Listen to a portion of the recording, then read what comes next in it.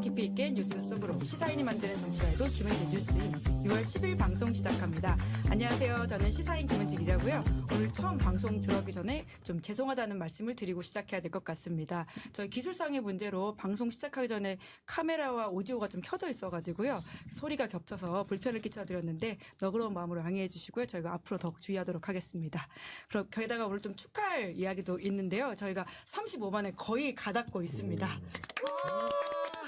사실 저희가 30만 이벤트를 몇 주 전에 해서 일렬 직관으로 구독자분들을 소수로 모셔가지고 이 자리에서 또 보게 해드리는 시간을 가지고 있는데요. 오늘 처음으로 이제 오신 구독자님도 있습니다. 함께 하는 시간인 만큼 더 알차게 만들어 보겠습니다. 반갑고 또 감사합니다. 그럼 첫 번째 뉴스 바로 들어가 볼까요? 네, 액트지오 4년간 법인 자격 박탈. 네, 시사인 주하은 기자가 단독으로 보도한 내용입니다. 네, 미국 자문업체 액트지오가 2019년 1월부터 2023년 3월까지 법인 자격 박탈 상태였다는 사실이 시사인 취재 결과 확인됐습니다. 이 시사인 주하은 기자가 입수한 미국 텍사스 주정부 국무장관실에 등록된 액트지오 관련 서류를 보면 이렇게 쓰여 있는데요. 법인의 법인 설립 인가서, 증명서 또는 등록증을 몰수하고 해당 몰수 사실에 관한 본통지를 법인의 연구대장에 기록하도록 한다. 그리고 그 이유로는 텍사스 세법에 따른 것이라는 설명이 적혀 있습니다. 또 2023년 3월 29일자 서류에는요. 영업세 신고서를 제출하지 않았거나 주 영업세를 납부하지 않아서 자격 박탈 처분을 받게 되었다라는 부분도 나옵니다. 이 한국석유공사가 액트지오에게 이 분석을 맡긴 게 2023년 2월인데 그 당시 액트지오가 법인 등록이 말소된 상태였다라는 의미가 되기 때문에 이 파장이 커지는데요. 현재 액트지오의 신뢰성을 둘러싼 여러 의문이 제기되고 있는 상황입니다. 액트지오의 아브레우 고문은 지난주 금요일 기자회견을 열고 우드사이드가 장래성이 없다며 지난해 1월 철수한 것과 관련해서 우드사이드는 조기 철수로 탐사 자료를 심층 분석할 시간적 여유가 없었다라고 설명했습니다. 그러면서 탐사 성공률로 20%가 제시된 것에 대해서도 굉장히 높은 수준의 가능성이면서도 80%의 실패 가능성도 있다 이렇게 부연했는데요. 특히 시추공 하나를 뚫는 데 드는 비용이 최소 1,000억 원으로 또 5개를 뚫는다면 5천억 원이 필요한 규모가 되기 때문에 이 정부 예산을 투입하는 게 맞는지를 두고도 공방이 이어질 것으로 보입니다. 한편 조금 전 산업부 2차관의 브리핑도 있었는데요. 최남호 차관은 우드사이드가 가망이 없어서 철수한 게 아니고 인수합병하면서 사업을 재조정한 것이다 라면서 이 또 액트지오의 세금 체납 논란과 관련해서는 그 부분에 있어서 석유공사가 정확히 확인을 못했다는 점에서 죄송하다는 말씀을 드린다. 다만 계약 자체에 대해서는 법인격이 살아있기 때문에 큰 문제는 없었던 것으로 보인다. 이렇게 해명했습니다. 예, 제가 첫 시작을 축하와 송구하다는 말씀을 같이 드리다 보니까 신인규 변호사님 소개를 깜빡했습니다. 신 변호사님 죄송합니다. 괜찮습니다. 예, 게다가 마이크에서 네. 소리가 잘 안 나온다라는 이야기들이 있는데요. 지금 조금 더 가까이에서 이야기하면 좀 괜찮아지는지 댓글에도 좀 남겨주시면 감사드리겠습니다. 예, 신 변호사님 아무쪼록 저희 이제 관련된 내용들을 좀 여쭤봐야 될 것 같은데요. 지난주 금요일에 아브레오 고문의 기자회견 좀 보셨나요? 예, 저도 보기는 했는데요. 사실은 이제 국면 전환용으로 이제 심리적 산유국이라고 하는 심리적 산유국? 이 논점을 윤석열 대통령이 던진 건데 논란을 덮는 게 아니라 오히려 더 많은 논란을 지금 양산하면서 이거 거의 뭐 벌집을 쑤셔놓은 거 아니냐라는 생각이 들 정도로 저는 그렇게 좀 안타까운 마음으로 봤고요. 그리고 아브레우 박사의 그런 여러 가지 그 석유 시추에 관한 가능성의 설명을 들어보면은 약간 하나만한 소리가 많았습니다. 요 정도의 논증을 갖다가 뭐 석유가 나올 가능성 20%를 한다 그러면은 그냥 저도 할 수 있을 것 같다는 생각이 좀 들었기 때문에 국민들을 설득하기에는 너무나도 부족했던 그런 기자회견이었다라고 생각을 합니다. 네, 이제 그러다 보니까 국정조사 해야 되는 게 아니냐라는 이야기가 이제 국회 중심으로 나오고 있는데요. 국정조사 필요성 있다고 보세요?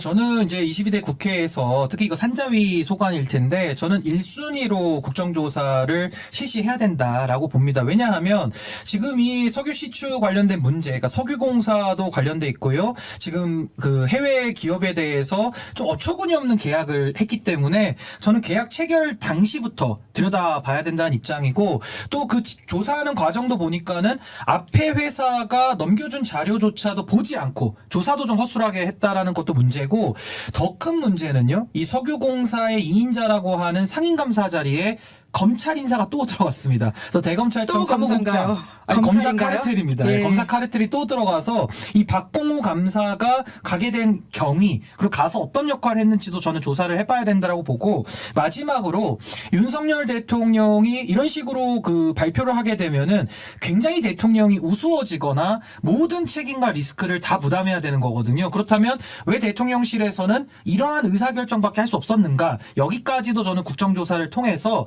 명명백백하게 저는 다 밝혀져야 된다. 그렇게 생각합니다. 네, 신인규 변호사님 22대 국회에서 좀 국정조사 참여했으면 좋았겠다라는 생각이 드는데요. 뭐 깍두기로라도 예, 네, 참여를 해보겠습니다. 팔로우 네. 해주시고요. 두 번째 뉴스 키워드 넘어가 볼까요? 네, 총선 민심 대 의회 독재.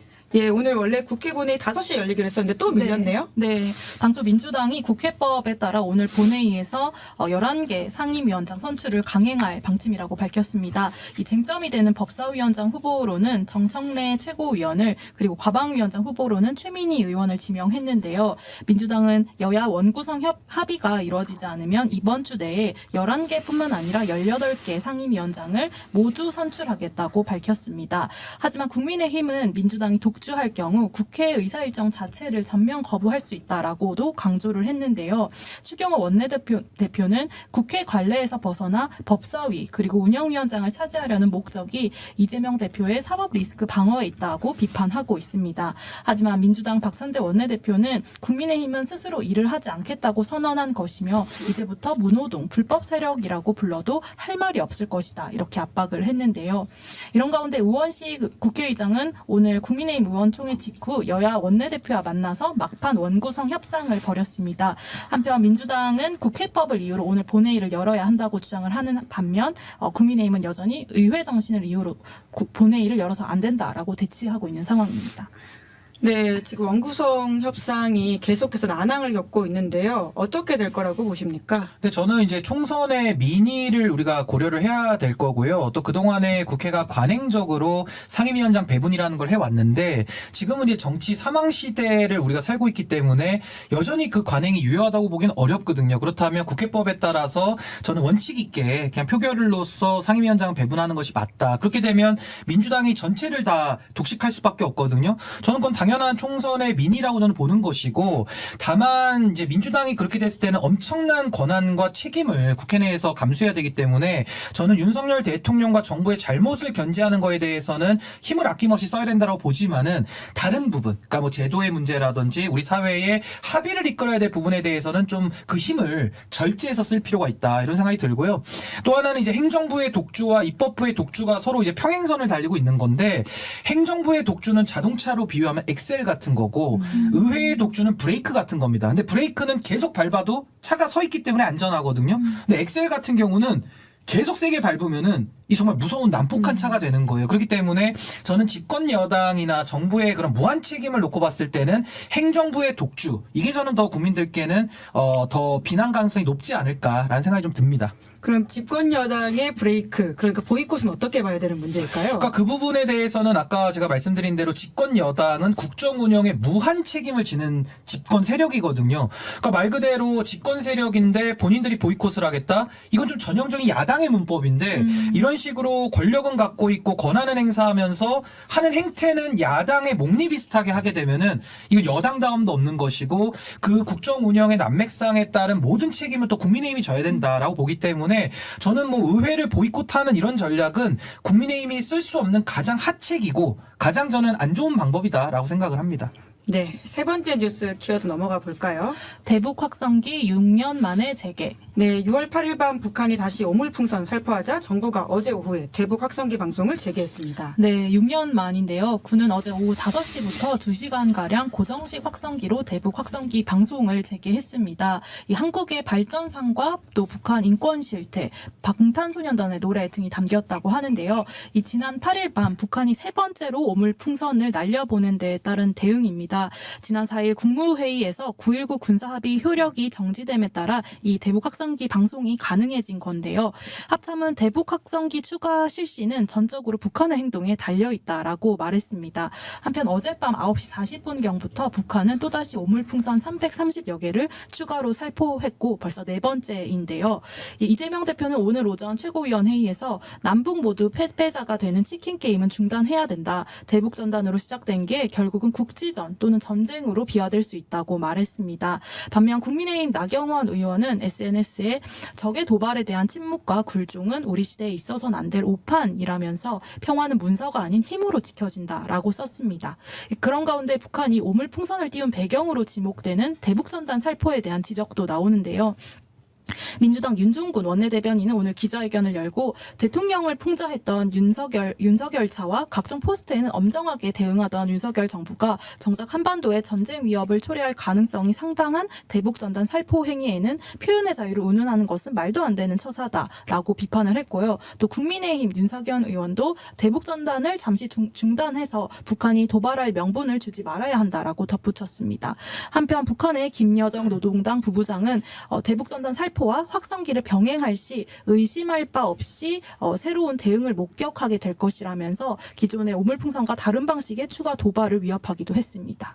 네, 한반도의 긴장감이 계속 올라가고 있는 게 아닌가라는 걱정이 드는데요. 윤석열 대통령은 힘에 의한 평화를 강조하고 있잖아요. 이러한 기조에 대해서 좀 평가해 보시자면 어떨까요? 근데 보수는 이제 안보를 최우선으로 하는데 지금 북한에서 무인기와도 격추도 못 시키고요. 또 북한에서 지금 이 오물풍선이 넘으면서 대한민국의 영공이 다 뚫려버린 게 확인이 됐잖아요. 그런 차원에서 저는 뭐 힘에 의한 뭐 평화를 유지하겠다 이런 거는 좀 어불성설인 것 같아요. 말장난으로 보여지는 것이고 지금 가장 큰 문제가요. 우리 헌법에 보시면은 전문에 평화적 통일에 관한 사명이라는 단어가 들어가고요. 우리 헌법 4조에는 자유민주적 기본질서에 입각한 평화적 방법에 의한 통일을 추진 수립한다라고 돼 있거든요. 그러니까 여기에 대해서는 이론의 여지가 없는 겁니다. 그러니까 평화적 방법을 제외한 뭐 국방력이든 안보든 이런 것은 전쟁을 억제하기 위해서 우리가 그 힘을 기르는 것이지 실제로 전쟁이나 힘으로써 굴복시키기 위한 통일 정책은 불가능하다라는 점을 먼저 말씀드리겠고요.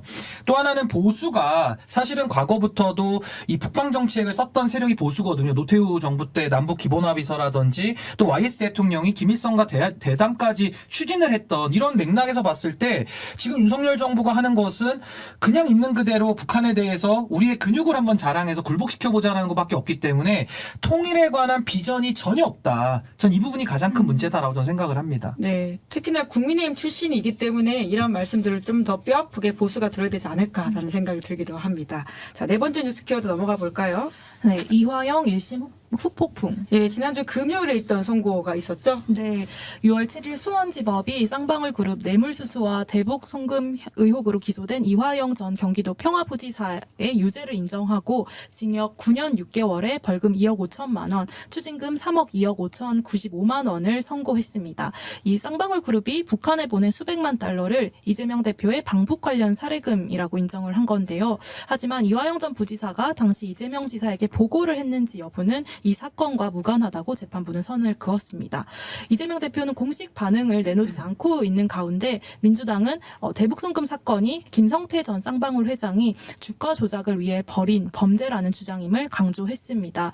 오늘 최고위원회의에서 장경태 최고위원은 재판부가 국정원의 객관적 증거는 깡그리 무시하고 쌍방울의 주가 조작 혐의를 눈감아준 것이라면서 유독 검사 측 논리만 인정한 판례는 유례를 찾기 어렵다라고 비판을 했습니다. 하지만 차기 국민의힘 당권주자로 거론되는 인사들은 일제히 비판에 나섰는데요. 한동훈 전 국민의힘 비상대책위원장은 페이스북에 형사 피고인이 대통령이 된 다음에 실형도 아니고 집행유예만 확정돼도 대통령직이 상실된다라면서 이 선거를 다시 해야 되는 거라고 적었습니다. 또 한 전 위원장은 전날 8일에도 이 거대 야당이 형사 피고인을 대통령 만들어 보려는 초현실적인 상황이라고 날을 세우기도 했는데요. 또 나경원 의원도 이화영 판결을 보고도 이재명 대표 사당화에 침묵한다는 것은 역사에 죄를 짓는 것 이렇게 비판을 했고요. 안철수 의원은 이화영 대북 송금 유죄는 이재명의 유죄와 같다 이렇게 지적했습니다. 네, 조선일보에 따르면 이번 주에 이재명 대표 추가 기소가 예정되어 있다라는 이야기도 있던데요. 이 사건의 파장들이 좀 어떻게 이어질 거라고 보십니까? 근데 우선은요, 그 이화영 부지사의 판결이, 그러니까 징역 9년 6개월이 나왔는데 그 안에 좀 분리해서 봐야 될 부분이 있습니다. 그러니까 예를 들면 이화영 지사가 쌍방울에 법인카드를 썼다라는 이런 개인적인 뇌물 범죄는 저는 뭐 재론의 여지가 없이 그건 뭐 명확하게 판단이 된 것 같은데, 제가 봐도 조금 의문스러운 거는 이 쌍방울의 대북 송금 관련된 문제입니다. 여기에 대해서는 사실은 처음에 이게 변호사비를 쌍방울이 대납해줬다라는 걸로 시작이 돼서 지금 북한에다가 제3자 뇌물죄의 형태로 이재명 대표나 이화영 지사에 대해 수사가 들어간 거거든요. 근데 여기에 대해서는 따져볼 지점이 북한에 대한 업무 권한이 경기도에 있는가? 여기에 대해서 의문이 일단 듭니다. 왜냐하면 뇌물죄로 엮으려면은 그 직무 관련성이나 직무 권한 범위가 돼야 그 뇌물로 볼 수 있는 건데, 아무리 봐도 경기도지사는 지자체장이기 때문에 그 통일 관련 업무는 본질적으로 할 수가 없는 그런 한계가 있어서 좀 구성 요건에 문제가 있는 것 같고, 또 하나는 제3자 뇌물이라고 하면요, 이 쉽게 설명드리면 과거에 박근혜 대통령이 뇌물을 받으면서 청탁도 받고 본인이 돈을 안 받으면서 미르재단에다가 돈을 줘, 이렇게 해서 제3자 뇌물이 형성이 되거든요. 그럼 이 사안에 대해서도 쌍방울이 돈을 주는데 이재명 대표가 북한에다가 좀 돈을 줘, 이렇게 된 거예요. 그럼 제3자 뇌물에서는 그 돈을 받는 제3자, 그러니까 미르재단이나 K스포츠재단은 박근혜 대통령하고 굉장히 밀접한 관련이 있어서 제3자 뇌물이 성립이 되는데, 사실 북한과 이재명 대표가 밀접한 관련이 있다라고 보기에는 좀 매우 이거 논리적으로 좀 타당성이 좀 떨어지거든요. 그래서 저는 사실 이 쌍방울의 대북 송금 관련된 문제는 변호사비 사건을 수사하다가 검찰이 성과를 못 내다 보니까 조금 다른 쪽으로 지금 방향을 틀어서 수사를 계속 하고 있는 것 같고요. 아마 이 이화영 지사에 대한 판결이 이재명 대표 판결에도 영향은 있겠습니다만은, 이재명 대표 사건에서는 이재명 대표 본인이 이 사안에 대해서 공모관계, 지시관계 이런 게 입증이 또 돼야 또 범죄가 성립이 되기 때문에 아마 그런 부분들을 범죄의 입증 책임을 지고 있는 검찰 쪽에서 다 저는 그 입증을 해내기가 쉽지는 않을 것이다. 전 그렇게 생각을 합니다. 네, 이제 그럼에도 한동훈 전 비대위원장은 이재명 대표의 소위 사법 리스크를 계속해서 들고 나오면서 SNS에 이제 글을 쓰기도 했는데요. 어떤 메시지라고 읽으셨습니까? 근데 이제 보통 사람은 자기가 아는 거를 많이 얘기하게 돼 있거든요. 그러니까 한동훈 위원장이 정책적인 거에 대해서는 뭐 일부 입장을 내긴 했습니다만은 입장을 잘 못 냈죠, 그동안에. 그래서 전 한동훈 위원장이 본인의 전공 과목이 나오다 보니까 굉장히 좀 반가운 마음에 전 입장을 신속하게 좀 냈다라고 보는 것이고, 동시에 이제 본인이 법무부 장관 시절에 이 수사가 다 이루어졌기 때문에 좀 본인의 정당성 이런 걸 좀 더 알리는 차원, 그리고 더 나아가서는 이재명 대표와 본인이 차기에 좀 대권에서 좀 이렇게 자웅을 겨룰 수 있는 대선 주자로서의 서로 체급이 맞는다, 이 부분을 좀 강조하기 위해서 아마 입장을 좀 낸 거 아닌가라고 생각을 좀 하고 있습니다. 무조건 전당대회 나간다 이렇게 보시는 거겠네요. 무조건 나가죠, 한동훈 위원장은. 네. 근데 되는지 여부는 잘 모르겠습니다. 그건 모르겠다. 네, 그건 예. 까봐야 아는 거죠. 네, 신인규 변호사님의 예측을 계속해서 체크해보고요. 마지막 뉴스 키워드 보죠. 네, 민정수석 딸도 아빠 찬스. 네, 김주현 민정수석 딸과 관련한 인턴 채용 특혜 의혹이 제기됐습니다. 네, 오늘 한겨레 보도인데요. 김주현 대통령실 민정수석의 딸 김아무개 씨가 학부생 시절 김앤장 법률사무소에서 인턴으로 일한 사실이 확인됐습니다. 이 보도에 따르면요, 김앤장이 학부생 인턴은 흔치 않은 데다가 이 인턴 채용과 관련한 공고 절차도 없었는데요. 거기에다 당시 김 수석이 법무부 기획조정실장에 발탁이 됐는데 이른바 아빠 찬스가 작용한 것이 아니냐, 이런 의혹이 제기되는 대목입니다. 이 법조계 고위직 자녀의 김앤장 인턴 채용 특혜는 처음이 아닌데요. 2023년 8월 이균용 당시 대법원장 후보자의 아들이 이 똑같이 학부생 시절에 김앤장에서 인턴으로 일한 사실이 알려져서 논란이 되기도 했습니다. 김주현 수석의 딸 김 씨의 경우는 이제 이후 로스쿨에 진학했고 현재는 김앤장에서 일하고 있는 것으로 알려졌습니다. 김 수석은 대통령실 대변인실을 통해서 아이가 절차에 따라 진행했을 것이고 관여한 바 없다, 이렇게 설명을 했습니다.